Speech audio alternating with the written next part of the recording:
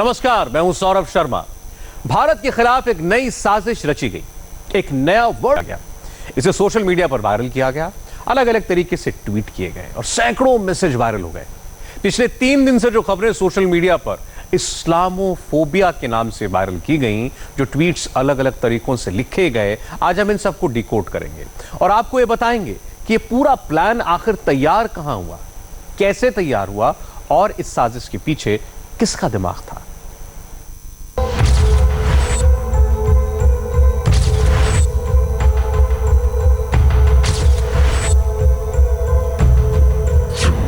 ये मोदी के खिलाफ इस्लामोफोबिया वाले एजेंडे की हेडलाइंस है। पाकिस्तान से लेकर दुनिया के बड़े बड़े अखबारों में इस वक्त भारत विरोधी ताकतें मोदी को बदनाम करने की हर संभव कोशिश कर रही हैं। पाकिस्तानी अखबार डेली टाइम्स ने लिखा, भारत ने अरब देशों को नाराज कर दिया। जियो न्यूज की हेडलाइंस थी, भारत में तेजी से बढ़ते इस्लामोफोबिया को रोकने की जरूरत। डॉन अखबार ने लिखा कि कोरोना वायरस को मुसलमानों और पाकिस्तान से जोड़ने में भारत बुरी तरह नाकाम रहा। सिंगापुर के अखबार द स्ट्रेट्स टाइम्स ने छापा, भारत में कोरोना के साथ साथ इस्लामोफोबिया भी फैल रहा है। यूरेशियन टाइम्स में छपा कि क्या ओमान की राजकुमारी ने इस्लामोफोबिया के मुद्दे पर नरेंद्र मोदी को धमकी दी है। आज आप ये जानकर चौंक जाएंगे कि इन सारी हेडलाइंस में कैरेक्टर भले ही अलग अलग हों, लेकिन इन हेडलाइंस की स्क्रिप्ट जिस जगह से लिखी जा रही है वो जगह एक ही है। हम उस जगह की भी बात करेंगे।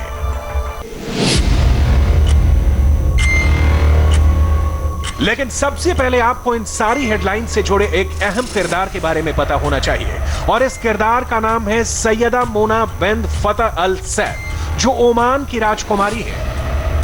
पिछले कुछ दिनों में सोशल मीडिया पर ओमान की राजकुमारी के ट्विटर हैंडल से कई सारे ऐसे ट्वीट्स वायरल हुए जिसमें एंटी इंडिया बातें लिखी गई थी, भारत में बढ़ते इस्लामोफोबिया का जिक्र किया गया था और यहां तक लिख दिया गया था कि ओमान ने कहा है कि वो सभी भारतीयों को बाहर निकाल देगा। ओमान की राजकुमारी के अकाउंट से किए गए ये सारे ट्वीट्स इतने वायरल हुए कि पाकिस्तान के विदेश मंत्री ने इसे सच मानकर बयान भी दे डाला। हिंदुस्तान में मुसलमानों को निशाना बनाया जा रहा है। वो कहते हैं कोरोना जिहाद का लफ्ज इस्तेमाल किया। बड़ा अफसोस है, काबिल मुजम्मत है उनका रवैया। और आज आप देखें कि ये चीज एक नया रुख ले रही है।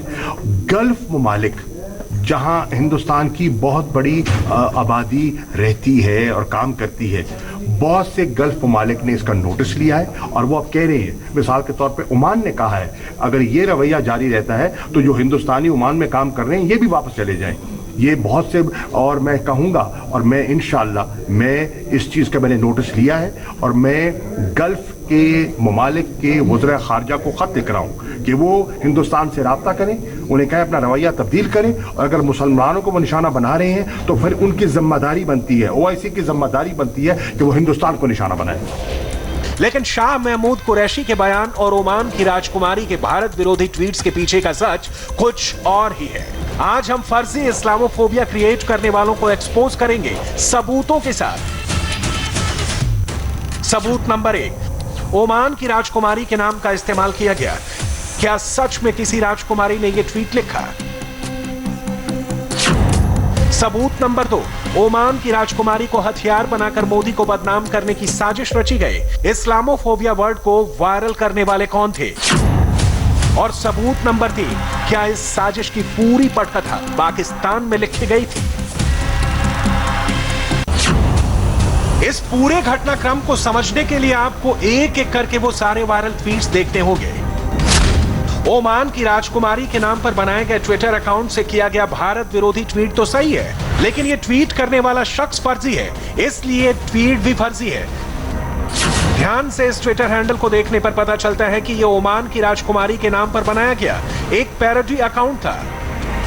अब इस ट्वीट को देखिए, नीचे आपको ओमान की राजकुमारी की तस्वीर के साथ एक ट्विटर हैंडल दिखाई देगा, लेकिन वो उनका असली हैंडल नहीं है, बल्कि उस आईडी का असली मालिक एक पाकिस्तानी है जिसकी ट्विटर आईडी थी @pak_फौज। इस अकाउंट को चलाने वाले शख्स ने अपनी आईडी का नाम ओमान की राजकुमारी के नाम पर रख लिया और भारत विरोधी ट्वीट शुरू हो गए। अगर आप भी ट्विटर पर @pak_फौज लिखकर टाइप करेंगे तो ट्विटर पर मौजूद हिस्ट्री की वजह से आपको @pak सैयदा मोना के फर्जी अकाउंट और फर्जी ट्वीट्स को लेकर पता चल जाएगा। जहां हो रहे ट्विटर कन्वर्सेशन में आपको शोएब अख्तर से लेकर फवाद चौधरी तक सारे मिल जाएंगे। ट्विटर पर कोई भी शख्स अपनी आईडी का नाम बदल सकता है, यूजर नेम बदल सकता है, डिस्क्रिप्शन बदल सकता है, लेकिन उसकी हिस्ट्री पब्लिकली मैनेज नहीं की जाती। यानी आपने जो ट्वीट्स कर दिए और अगर किसी ने उसका स्क्रीनशॉट ले लिया तो उसे ट्वीट करने वाला शख्स खुद डिलीट नहीं कर सकता। पाकिस्तानी हैंडलर ने चालाकी से अपना प्रोफाइल तो चेंज कर दिया, वो ओमान के शाही घराने वाला भी हो गया, लेकिन उसकी चोरी पकड़ी गई। अब उसके कुछ और सबूत देखिए।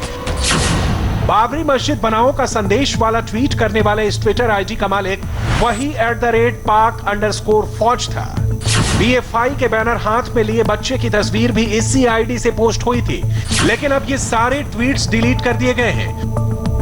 भारत के खिलाफ खाड़ी देशों में दुष्प्रचार और फेक न्यूज फैलाने वाली साजिश के पीछे पाकिस्तान की कुख्यात खुफिया एजेंसी ISI का सबसे बड़ा रोल है, क्योंकि फर्जी ट्विटर अकाउंट्स का इस्तेमाल उसी के गुर्गों ने किया। ट्विटर ने ऐसे ही एक फर्जी अकाउंट को सस्पेंड किया है जिसको ISI चला रही थी। जिस अकाउंट को सस्पेंड किया गया है वो सऊदी अरब की शहजादी नूरा बिन्त फैसल अल सौद के नाम पर बनाई गई थी। फेक आईडी में नाम नूरा अल सौद लिखा गया था और इससे भारत विरोधी दुष्प्रचार किया जा रहा था।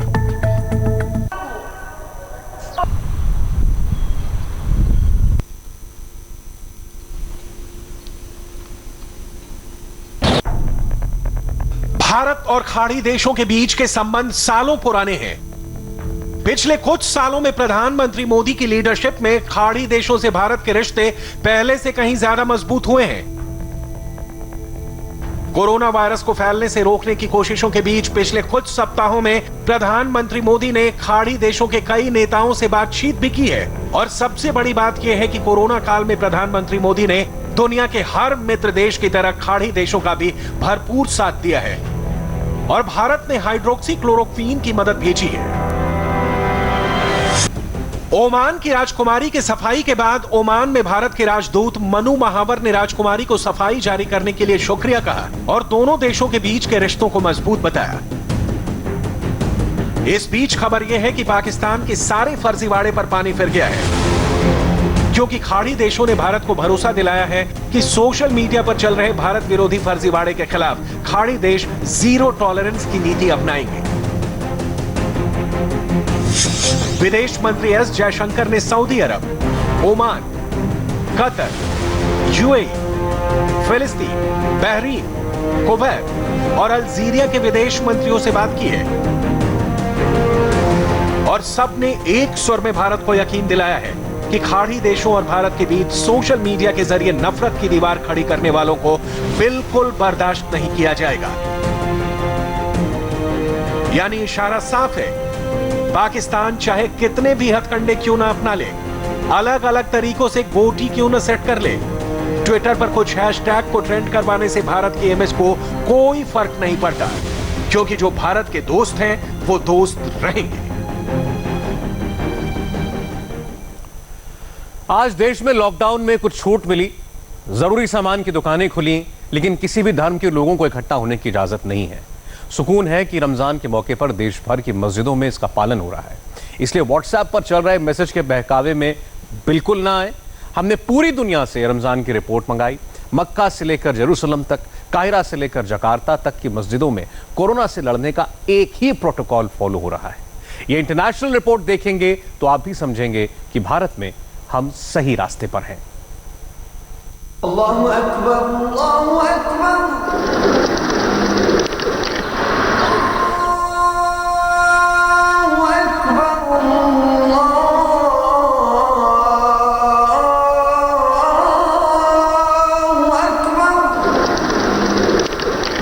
मस्जिदों में नमाजी नहीं है। अशहदु अल्ला इलाहा इल्लल्लाह।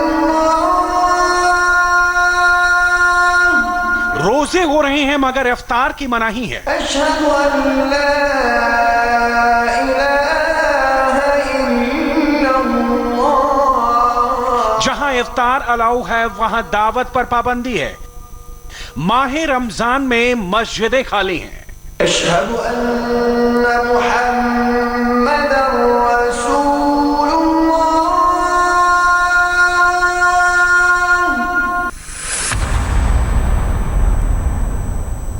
अल्हम्दुलिल्लाहि रब्बिल आलमीन। किसने सोचा था कि मक्का का हरम शरीफ मस्जिद रमजान में इस तरह वीरान होगा। यौमिद्दीन इय्याका नअबुदु। आम दिनों में रोजाना लाखों मुसलमान काबा आते हैं। रमजान में यहाँ हर रोज 5 लाख लोग इज्तिमाई इफ्तार करते थे, लेकिन इस बार कोरोना का खौफ है, इसलिए अल हरम मस्जिद में सन्नाटा है। काबा में पढ़ी जाने वाली रमजान की नमाज को ऑनलाइन दिखाने का इंतजाम किया गया है। सभी मुसलमान भाइयों से अपील है कि इसे घर पर ही सुने, मस्जिद जाने की जिद ना करें। किताबु ला रैब फीहि हुदन लिलमुत्तकीन। जेरूशलम की अल अक्सा मस्जिद मुसलमानों के लिए सबसे पवित्र स्थानों में से एक है। जेरूशलम की ओल्ड सिटी में हमेशा तनाव रहता है, लेकिन इस बार अलग किस्म की टेंशन है। बाहर वायरस है, इसलिए अल अक्सा मस्जिद भी बंद है। इक्का दुक्का लोगों को ही अंदर जाने की इजाजत है। इजराइल की पुलिस गलियों में गश्त कर रही है और धर्म गुरुओं के सहयोग से हालात संभाल रही है। शाम 6 बजे से सुबह के 3 बजे तक जेरूशलम की दुकानें बंद करने का ऑर्डर है। रमजान में आमतौर पर यह समय खरीदारी का होता है, लेकिन इस बार ओल्ड सिटी में गोली से ज्यादा वायरस का डर है। The first time I see it like this. मैं पहली बार ऐसा रमजान देख रहा हूँ। इतिहास में सदियों से ऐसा नहीं हुआ, लेकिन ये तालाबंदी सेहत के लिए अच्छी है। बीमार पड़ने से बंद करना अच्छा है। But it's the close it.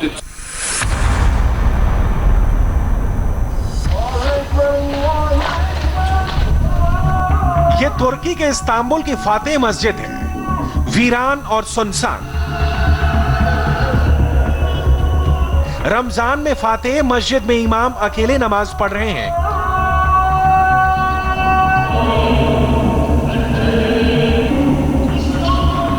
पिछली कई सदियों में ऐसा यहां नहीं हुआ। 6 मीनारों वाली सुल्तान अहमद मस्जिद या नीली मस्जिद से किसी जमाने में खलीफा का हुक्म निकलता था, जिसे सारी दुनिया के मुसलमान मानते थे। आज उस सुल्तान मस्जिद में भी सन्नाटा है। तुर्की में कोरोना का कहर रोकने के लिए रमजान से ठीक पहले 4 दिनों का कर्फ्यू लगाया गया है। देश भर की सारी मस्जिदें बंद कर दी गई हैं। लोगों का एक जगह जमा होना भी गैर कानूनी घोषित किया गया है।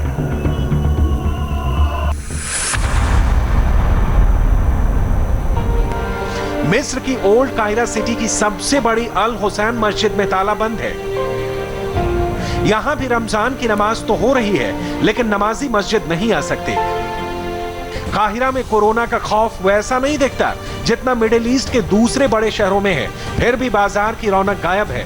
बाब जुवैला इलाके की ये मीनारें मिस्र की धरोहर हैं। रमजान के मौके पर यहाँ का लैंटर्न मार्केट तो खुला है, लेकिन खरीदार नहीं है। रमजान के लिए दुकानदारों ने सूखे मेवे का स्टॉक तैयार कर रखा था, लेकिन खरीदने वाले नहीं है। रमजान के पहले दिन दुनिया भर की बड़ी मस्जिदों की तस्वीर आपने देखी। मक्का, जेरूशलम, इस्तांबुल और काहिरा के हालात देखे। दरअसल कोरोना और लॉकडाउन हिंदू मुसलमान की स्टोरी नहीं है। यह वायरस मजहब के चश्मे को उतार कर देखने पर ही समझ में आता है।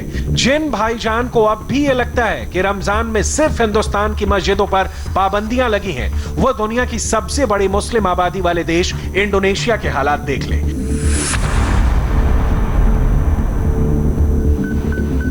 इंडोनेशिया की राजधानी जकार्ता की सड़कें खाली हैं। न्याक दीन मस्जिद में नमाजी नहीं है। ग्रेट इस्तिक्लाल मस्जिद को बंद कर दिया गया है।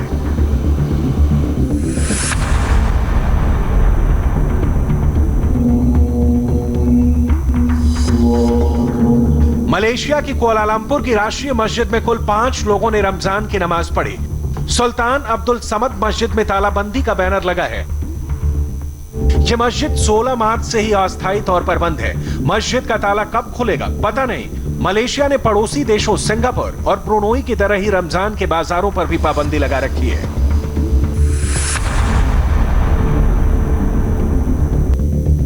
बोस्निया और हर्जेगोविना के सराजेवे की गाजी हुस्रेव मस्जिद में ग्रैंड मुफ्ती हुसैन कावाजोविक ने अकेले नमाज पढ़ी।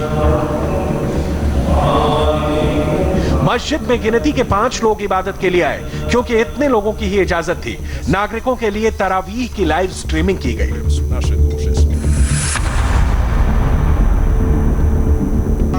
पाकिस्तान की मस्जिदों का हाल भी अलग नहीं है। सरकार ने छूट तो दी है, लेकिन कराची की मेमन मस्जिद के आगे बाजार में सन्नाटा पसरा है। मस्जिद के गेट बंद हैं, सिक्योरिटी गार्ड्स खड़े हैं। इमरान सरकार भले ही मुफ्तियों के फतवे के आगे झुक गई, लेकिन आवाम को पता है कि कोरोना का खतरा बहुत बड़ा है। जैसे इज्तिमात होते हैं जहां लोग ज़्यादा इकट्ठे होते हैं, तो जाहिर है कि ये चीज़ फैलेगी। तो गवर्नमेंट ने अच्छा इकदाम किया है, लोगों को भी चाहिए कि वो अपने घरों में रहें और मतलब कि ख्याल रखें अपना और अपनी फैमिलियों का। और इससे ये होता है कि जैसे किसी एक को है तो वो ज़्यादा कन्वर्ट होता है, ये वायरस ऐसा है। इस्लामिक कैलेंडर का नवा महीना रमजान होता है। माना जाता है कि इसी महीने में कुरान नाजिल हुआ था। रमजान मुसलमानों के लिए रहमतों और बरकतों का महीना है, लेकिन इस बार हालात अलग है। कोरोना ने 3 महीनों में ही दुनिया को बदल कर रख दिया है। लाजिम है कि रमजान के तौर तरीके भी बदल गए हैं।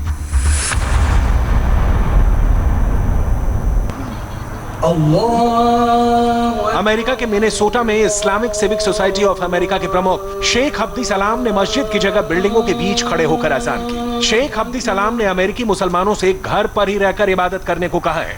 अल्लाहु अकबर,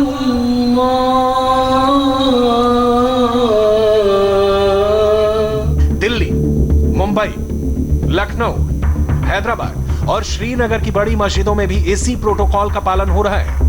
देश भर में रमजान चल रहा है, अजान हो रहे हैं। पहली सहरी, पहला रोजा और पहला इफ्तार हो चुका है, लेकिन मस्जिदों में भीड़ करने की इजाजत नहीं है। अच्छी बात यह है कि मुफ्ती, मौलाना और इमाम भी ये समझ चुके हैं कि कोरोना से लड़ना है तो कुछ दिनों तक इसी तरह पाबंदियों में रहना होगा। तमाम लोग अपने घरों पर रहें, घरों पर रहते ही हुए रोजा रखें, नमाजें पढ़ें, तरावी पढ़ें, इफ्तार और सहरी करें। मजमा कसीर को जमा होने से इस जो है ये वायरस के फैलने के ज्यादा इम्कानात हैं। जब तक आवाम का ताउन नहीं मिलेगा, उस वक्त तक इस वायरस को खत्म करने में हम कामयाब नहीं हो सकते। होम मिनिस्ट्री की नई गाइडलाइंस के बाद दुकानों पर लगी पाबंदियों में ढील मिल गई है। रमजान की खरीदारी आसान हो गई है, लेकिन भाईजान को भी समझना होगा कि जिंदगी बचाने की गाइडलाइंस आपके हाथ में है। भीड़ करेंगे तो खुद का नुकसान करेंगे, साथ में घर वालों की मुश्किल भी बढ़ाएंगे। दिल्ली के लाल कुआं इलाके में रमजान के पहले दिन सुबह दुकानें खुली तो गलियों में इस तरह भीड़ उमड़ी। सोशल डिस्टेंसिंग की धज्जियां उड़ाने के बहाने सबके पास थे। तो यहाँ ऐसा लग रहा है आना जाना, लेकिन आप अंदर जाओगे तो दुकानदारों ने घेरे बना रखे, ग्राहक दूरी बनाकर खड़े हुए हैं। आने जाने में थोड़ा सा लगता है कि डिस्टेंसिंग नहीं है, लेकिन दुकानदारों ने घेरे बना रखे हैं। थोड़ा फासले से खड़ा होता है दुकानदार, और ये 9:30-10 बजे तक इसके बाद में बंद हो जाएगा। अब ये पुलिस ने इनको ये एरिया अलॉट करा है कि यहाँ पर आप लगा सकते हैं। अगर यहाँ पर ये सब्जी नहीं लगाएंगे तो पब्लिक कहाँ से लेगी सामान। मुंबई के मुंब्रा में भी लोगों ने हैरान किया। शाम को खरीदारी के लिए निकले तो लॉकडाउन और सोशल डिस्टेंसिंग का मजाक बना दिया। यहाँ की जमीनी स्थिति को देखने के लिए हम खुद जब मुंब्रा में पहुंचे हैं तो यहाँ की तस्वीर आपको दिखाते हैं कि किस तरह से मुंब्रा इलाके की तस्वीर है। ये आप देखिए, स्टेशन परिसर के बगल में मार्केट की गली है। हालांकि लॉकडाउन है, मार्केट बंद है, लेकिन उसके बावजूद आप देखिए लोगों की भारी भीड़ अंदर मार्केट में आपको दिखाई देगी, जबकि ये रोड सामने से बंद कर दिया गया है, आगे से भी रोड बंद कर दिया गया है। बावजूद उसके वहाँ पर आपको सैकड़ों लोग खड़े दिखाई देंगे, एक दूसरे से बात करते हुए दिखाई दे रहे हैं, जबकि दुकानें तक नहीं खुली है। लोगों को अपने घरों में रहना चाहिए, लॉकडाउन है, लॉकडाउन के नियमों का पालन करना चाहिए। इस तरह से इस तरह की भीड़ इकट्ठा होना कहीं ना कहीं लोगों के लिए खतरनाक साबित हो सकता है। कोरोना जात पात नहीं देखता, सुबह शाम नहीं देखता, आम और खास में भेद नहीं करता। कोरोना को जब मौका मिलता है वो अपना शिकार बना लेता है। दिल्ली और मुंबई के भाईजान अगर मक्का, मदीना, जेरूशलम और इस्तांबुल से सबक नहीं सीखना चाहते तो कम से कम हैदराबाद का ही ख्याल कर लें। हैदराबाद के बेगम बाजार में भी रमजान की खरीदारी चल रही है, लेकिन अपने अपने खाने में खड़े होकर अपनी अपनी बारी का इंतजार करके यहां सहरी का सामान भी है और इफ्तार का इंतजाम भी है, लेकिन पुलिस की निगरानी में सोशल डिस्टेंसिंग मेंटेन है। देश भर में तमाम मुल्कों की मस्जिदें आज बंद हैं। लोग घरों में रमजान की नमाज पढ़ रहे हैं। हमने आपको कल इसी कार्यक्रम में एक रिपोर्ट दिखाई थी कि कैसे पाकिस्तान में मस्जिदों के बंद होने पर उलेमा कोरोना से धर्म का एंगल जोड़ रहे हैं और लोग रो रहे थे। आज पाकिस्तान में बड़ा डेवलपमेंट हुआ। उलेमाओं के प्रेशर में सारी मस्जिदें खोल दी गई और कुछ देर बाद लॉकडाउन बढ़ाने का एक और फैसला आ गया। पाकिस्तानी मीडिया में इन दो फैसलों के पीछे पाकिस्तानी आर्मी और इमरान सरकार के बीच तनातनी बताई जा रही है। एक फैसला इमरान खान करते हैं, दूसरा फैसला पाकिस्तान आर्मी के जनरल बाजवा करते हैं। आज पूरे पाकिस्तान में ये चर्चा गर्म है कि आर्मी रूल शुरू हो गया है और इमरान खान सिर्फ एक मुखौटा है। 10 बंदे भाई जी और उस घर दे 10 बंदे और होगा। हाँ जी, हाँ लिजा रहे हैं। हाँ जी, आर्मी भी आई सी और उस बाद भी आई सी। निकलते पे बच्चों ने छोटे 3 छोटे बच्चे है ना भाइयों। हाजी अब्दुल कयूम साहब जो फैसलाबाद के तबलीगी जमात के शुरा के बुजुर्ग है और दहलाई से इंतकाल फरमा गया और ये जो सारा कुछ चल रहा है ये सारा टोपी ड्रामा चल रहा है। ये हाई साहब की नेगेटिव की रिपोर्ट है, इसके बावजूद वो लोग मैयत नहीं दे रहे।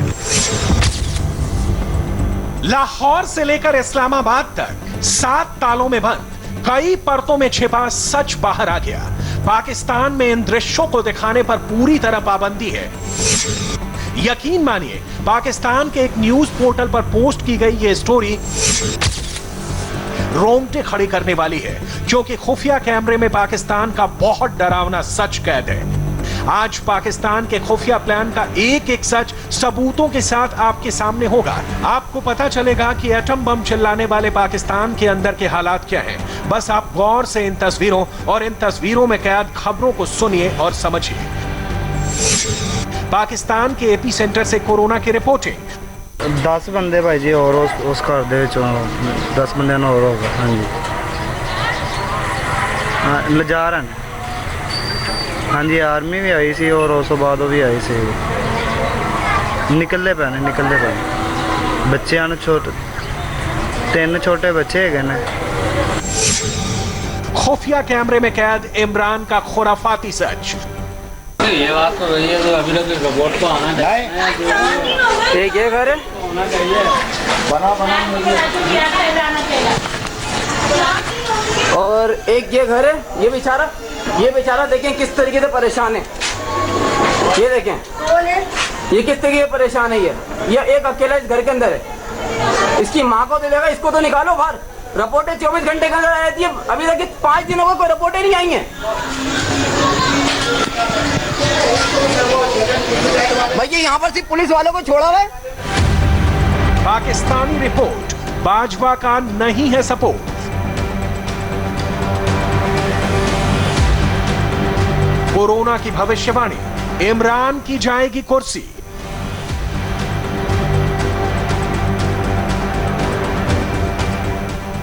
पाक आर्मी के डिटेंशन सेंटर में कितनी डेड बॉडी। ना कोई कब्रिस्तान और ना ही मरने वालों के कोई घर वाले। कोरोना से मौत हुई और पाकिस्तान में डेड बॉडी को ठिकाने लगा दिया गया। यही दावा पाकिस्तान के सोशल मीडिया पर किया जा रहा है। तो क्या इमरान के मुल्क में कोरोना का सच कब्रिस्तान में छिपाया जा रहा है? अगर ऐसा नहीं है तो डेड बॉडी कहां लापता है? भाइयों, हाजी अब्दुल कयूम साहब जो फैसलाबाद के तबलीगी जमात के शुरा के बुजुर्ग है और दहलाई से इंतकाल फरमा गया और ये जो सारा कुछ चल रहा है ये सारा टोपी ड्रामा चल रहा है। ये हाई साहब की नेगेटिव की रिपोर्ट है, इसके बावजूद वो लोग मैयत नहीं दे रहे। सब ड्रामा है, यही दावा पाकिस्तानी लड़के का है। यकीन मानिए, कोरोना को लेकर पाकिस्तान के अंदर से आने वाली हर तस्वीरों के पीछे बहुत बड़ा रहस्य है। पाकिस्तान कोरोना टेस्टिंग में फेल हो रहा है। आप इस वीडियो को देखिए, जिसको कैद करने वाला खुद को लाहौर का बता रहा है। दावा है कि कोरोना का आंकड़ा छिपाने के लिए मरीजों को अंडरग्राउंड रखा जा रहा है। ये बात तो रही है, तो अभी तक रोबोट को आना चाहिए। एक ये घर है होना चाहिए, बना और एक ये घर है। ये बेचारा देखें किस तरीके से परेशान है। ये देखें ये किस तरीके से परेशान है। ये एक अकेला इस घर के अंदर है। इसकी माँ को दिलेगा, इसको तो निकालो बाहर। रिपोर्टें 24 घंटे के अंदर आ जाती है। अभी तक 5 दिनों को कोई रिपोर्टें नहीं आई हैं। भैया यहाँ पर सिर्फ पुलिस वालों को छोड़ा हुआ है। मरीज गायब है, रिपोर्ट का कुछ अता पता नहीं है। पाकिस्तान में टॉप ट्रेंड कर रहे एक वीडियो में ऐसा दावा सुनाई दे रहा है कि कोरोना के मरीजों को पाकिस्तानी आर्मी अपने साथ लेकर जा रही है। 10 बंदे भाई जी और उस घर दे 10 बंदे और होगा। हाँ जी ले जा रहे हैं। हाँ जी आर्मी भी आई सी और उस बाद भी आई सी।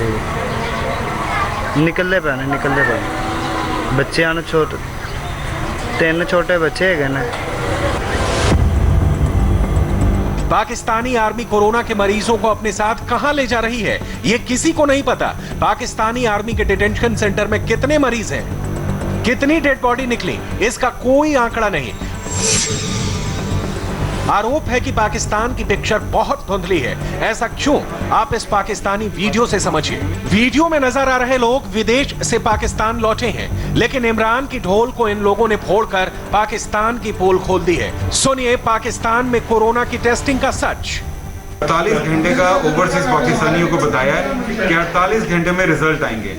अभी 60 घंटे से ऊपर हो गए हैं, कोई रिजल्ट नहीं है और हम लोग यहाँ पे इतने बुरे तरीके से ट्रैप हो चुके हुए हैं। एक होटल एडमिनिस्ट्रेशन, लोकल एडमिनिस्ट्रेशन हमें कुछ नहीं बता रही कि हमारे रिजल्ट क्या हैं, कब आएंगे। They are buying time. अगर हमारे रिजल्ट मैनेज हो गए तो हम रिजल्ट को नहीं मानेंगे, क्योंकि ये पूरा चांस है कि ये हमारे रिजल्ट मैनेज करके हमें और यहाँ पे रखें ताकि इनके जो हैं वो पैसे बने होटल्स के। दूसरी चीज एक और, प्राइम मिनिस्टर साहब से स्पेशली, आप लोग ओवरसीज पाकिस्तानियों को अपना एसेट समझते हैं। आपका एसेट इतने बुरे तरीके से मिस हैंडल हो रहा है पीएम साहब, आप इस चीज का सोच भी नहीं सकते हैं। और दूसरी चीज, हमारे जो हैं जितने भी जो गेस्ट हैं जो यहाँ पे अभी रुके हुए हैं, जितने भी पाकिस्तानी वहाँ से आए हुए हैं, हम लोग कल से भूख हड़ताल पे जा रहे हैं। हमारे अगर टेस्ट जो डीएसपी साहब गुलबर्ग आके हमें प्रॉमिस करके गए हैं कि सुबह 10 बजे मिलेंगे, अगर वो टेस्ट हमें सुबह 10 बजे नहीं मिलेंगे। अपनी सरकार के खिलाफ भूख हड़ताल का अल्टीमेटम देने वाले ये सभी पाकिस्तानी हैं। इनका आरोप है कि पाकिस्तान में कोरोना के नाम पर लूट का धंधा किया जा रहा है, यहां तक कि पाकिस्तान में लोगों को मरने के लिए छोड़ दिया गया है। ख्याल करें, कर रहे हैं आप लोग, ठीक है ना, अपना एहतियात करें। यहाँ पे जितने भी इस वक्त यहाँ मस्जिद के करीब जितने भी लोग हैं वो अपना एहतियात करें। जो इन मस्जिदों जी मैं स्प्रे करवा दूंगा तो यहाँ पे अभी नहीं, अगर हमारे मोहल्ले में भी हो जाए तो सब चीजें होगी। आप पूरा मोहल्ला करेंगे। आपके हर घर में ब्लीच मौजूद है, हर घर में ब्लीच है। आप ब्लीच के साथ महलूल बनाएं, 1 कप महलूल और 20 लीटर पानी का महलूल बनाएं, स्प्रे खुद ही करें, अपने घरों में करें। पाकिस्तान में कोरोना के करंट स्टेटस के बारे में आपको पता चल गया होगा, लेकिन पाकिस्तान में खबर सिर्फ कोरोना नहीं है, बल्कि पाकिस्तान के अंदर पर्दे के पीछे हलचल बहुत तेज हो गई है। पाकिस्तानी मीडिया में छप रही रिपोर्ट में यही दावा किया जा रहा है कि इमरान खान और जनरल बाजवा के रिश्ते बहुत तल्ख हो चुके हैं। यहां तक कि पाकिस्तानी आर्मी ने इमरान को साइड लाइन कर दिया है। खबरों में दावा यहां तक किया जा रहा है कि कोरोना के आफत काल में किसी दिन पाकिस्तान से बड़ी खबर आ सकती है, यानी इमरान खान आउट और जनरल बाजवा इन। और इस वक्त की सबसे बड़ी खबर आपको दे दें, दुनिया में कोरोना की वजह से 2 लाख के करीब लोगों की मौत हो गई है। महज 15 दिनों में कोरोना से मरने वालों का आंकड़ा 1 लाख से 2 लाख तक पहुंच गया।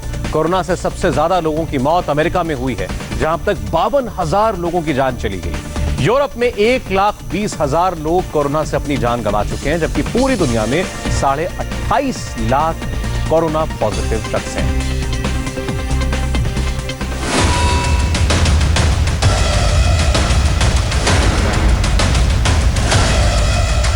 कोई सोच सकता था एक वायरस 2 लाख लोगों की जान महज 105 दिन में ले लेगा?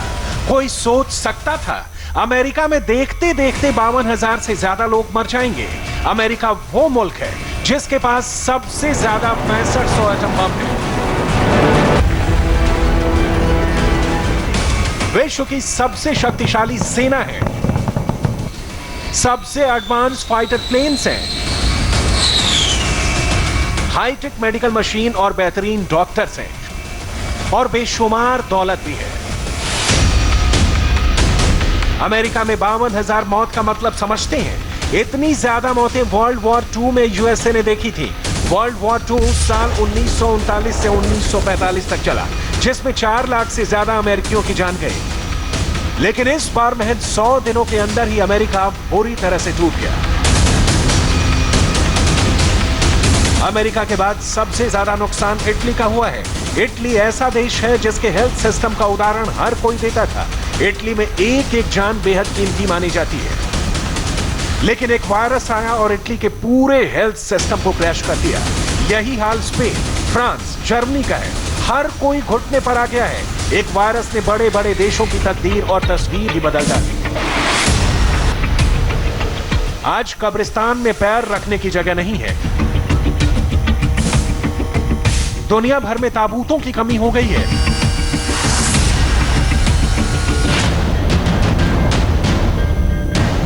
जो काम एटम बम नहीं कर सका वो कोरोना ने कर दिखाया। ना धमाका हुआ, ना आग लगी, लेकिन फिर भी सब कुछ खाक हो गया। कोरोना जितना खतरनाक है उतनी तेज उसकी रफ्तार भी है। ब्लैक होल की तरह कोरोना वायरस सब कुछ नॉनस्टॉप निकलता जा रहा है। दुनिया में कोरोना से पहली मौत 11 जनवरी को हुई और 90 दिन में यानी 10 अप्रैल को यह आंकड़ा 1 लाख पार कर गया। लेकिन इसके बाद कोरोना ने बुलेट ट्रेन से भी तेज स्पीड पकड़ी और लोगों के मरने की संख्या 2 गुनी तिगुनी हो गई। 1 लाख से 2 लाख तक मौत पहुंचने में महज 15 दिन का वक्त लगा। 10 अप्रैल तक कोरोना से 1 लाख मौत हुई थी। 25 अप्रैल को यह नंबर 2 लाख पर पहुंच गए। मानव इतिहास में कई बार महामारी से सामना हुआ, लेकिन इस बार वक्त काफी जुदा है। मेडिकल साइंस, टेक्नोलॉजी में इंसानी सभ्यता बहुत आगे निकल गई है। लेकिन एक वायरस जो बिना माइक्रोस्कोप के दिखाई तक नहीं दे सकता, उसने एक एक करके लाखों लाशों का अंबार लगा दिया। कोरोना की सबसे बड़ी खासियत है कि शुरुआती दिनों में लोगों को इसका एहसास नहीं होता। Corona case study number 1। ऐसी कई केस स्टडी हैं, जैसे नॉर्वॉक के 30 साल के फिटनेस ट्रेनर डैन स्पेसो पूरी तरह से फिट थे, किसी तरह की कोई बीमारी नहीं थी। 1 अप्रैल को कोरोना पॉजिटिव रिपोर्ट आई और 13 अप्रैल को मौत हो गई। Corona case study number 2। ये कैटी डेविस और ईमा की मुस्कुराती फोटो है। दोनों जुड़वा बहनें थी, एक साथ दुनिया में आई और 3 दिनों के अंतर में दोनों दुनिया छोड़कर चली गई। दोनों बहनें ब्रिटेन में नर्स थी, हॉस्पिटल में काम करती थी। दूसरों की जान बचाते बचाते कब कोरोना वायरस ने इन पर अटैक किया पता नहीं चला और दोनों की जान चली गई। Corona case study number 3। गाने की धुन पर दुनिया को नचाते ये डीजे कॉनॉट है। हर पार्टी की शान, हंसना और हंसाना ऐसा स्वभाव था, लेकिन कोरोना ने इनको भी नहीं छोड़ा। 14 मार्च को एकाएक कॉर्नॉट की तबीयत खराब होती है। टेस्ट में कोरोना पॉजिटिव रिपोर्ट आती है और 22 मार्च को दुनिया को अलविदा कह देते हैं। बेबसी देखिए, आखिरी बार इनका चेहरा तक परिवार को देखना नसीब नहीं हुआ। 2014 में ऐसे ही इबोला वायरस ने डराया था। पश्चिमी अफ्रीकी देशों गिनी, सिएरा लियोन और नाइजीरिया से होते हुए इबोला वायरस ब्रिटेन और अमेरिका तक जा पहुंचा था। दुनिया में इबोला के 28,646 केसेस सामने आए थे, जिसमें 11,323 लोगों की मौत हुई थी। लेकिन इबोला से कई गुना ज्यादा खतरनाक कोरोना निकला। दुनिया में 28.5 लाख लोग कोरोना पॉजिटिव हैं, 17 लाख लोग अस्पताल में भर्ती हैं, जिसमें से 58,000 पेशेंट सीरियस कंडीशन में हैं। सुबह हो या रात हो, दोपहर हो या फिर शाम हो, हर वक्त सिर्फ कोरोना से दम तोड़ते लोगों की सिसकियां और रोने की आवाजें ही गूंजती रहती हैं। दुनिया के किस हिस्से में कोरोना ने कितना नुकसान पहुंचाया है, वो ग्राफिक्स के जरिए समझिए। अमेरिका में 9,25,000 से ज्यादा कोरोना पॉजिटिव केसेस हैं और 52,000 से ज्यादा मौतें हो गई हैं। स्पेन में 2,20,000 के करीब कोरोना पॉजिटिव हैं और 22,000 से ज्यादा मौतें हुई।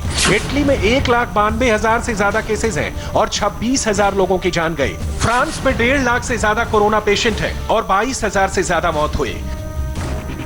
अमेरिका किस क्राइसिस से गुजर रहा है, आंकड़े इसकी गवाही दे रहे हैं, लेकिन राष्ट्रपति डोनाल्ड ट्रंप को इस वक्त भी मजाक सूझ रहा है। ट्रंप ने एक बयान में कहा था कि इंसान के शरीर में डिसइंफेक्टेंट यानी सैनिटाइजर को इंजेक्ट कर कोरोना वायरस को खत्म किया जा सकता है। Then I see the disinfectant where it knocks it out in a minute. Sanitizer 1 minute में वायरस को मार देता है। हमको कुछ ऐसा ही करना चाहिए जैसे इंजेक्शन लगाना या अंदर से सफाई, क्योंकि कोरोना जब फेफड़ों में पहुंचता है तो बहुत ज्यादा नुकसान पहुंचाता है। ट्रंप के इस बयान के बाद हाहाकार मच गया। कई एक्सपर्ट्स और डिसइंफेक्टेंट कंपनियों को आगे आकर सफाई देनी पड़ी कि इससे नुकसान हो सकता है। कोरोना संक्रमण खत्म करने का यह तरीका गलत है। जब डोनाल्ड ट्रंप से इस बारे में फिर पूछा गया तो ट्रंप का कहना था कि वो मजाक कर रहे थे। डिसइंफेक्टेंट को लेकर मैंने कमरे में मौजूद रिपोर्ट से मजाकिया अंदाज में सवाल पूछा था। मैंने कहा था कि वो हाथ में कीटाणुओं को मारता है और अंदर भी मार सकता है। वो बात रिपोर्टर्स के साथ महज एक मजाक थी। 24 अप्रैल को अमेरिका में 1959 लोगों की मौत हुई, लेकिन ट्रंप को ऐसे हालत में भी मजाक सूझ रहा है। अमेरिका और यूरोप का हाल बिल्कुल ऐसा ही है, लेकिन जिस देश में कोरोना जन्मा, जहां से दहशत का खेल शुरू हुआ, वहां की तस्वीर एकदम जुदा है। कोरोना केसेस की लिस्ट में चीन 9वें नंबर पर लुढ़क गया है। जल्द ही वो टॉप 10 से भी बाहर हो जाएगा। चीन में चमत्कार हुआ है या ये चीन की चालाकी है? इस सवाल ने दुनिया को परेशान कर रखा है। चीन में सिर्फ 838 एक्टिव कोरोना केसेस हैं और महज 59 पेशेंट सीरियस हैं। पिछले 7 दिनों में चीन में कोरोना से एक भी मौत दर्ज नहीं हुई है। चीन के खिलाफ अब पूरी दुनिया सवाल उठा रही है, क्योंकि कुछ तो है जिसको चीन छिपा रहा है।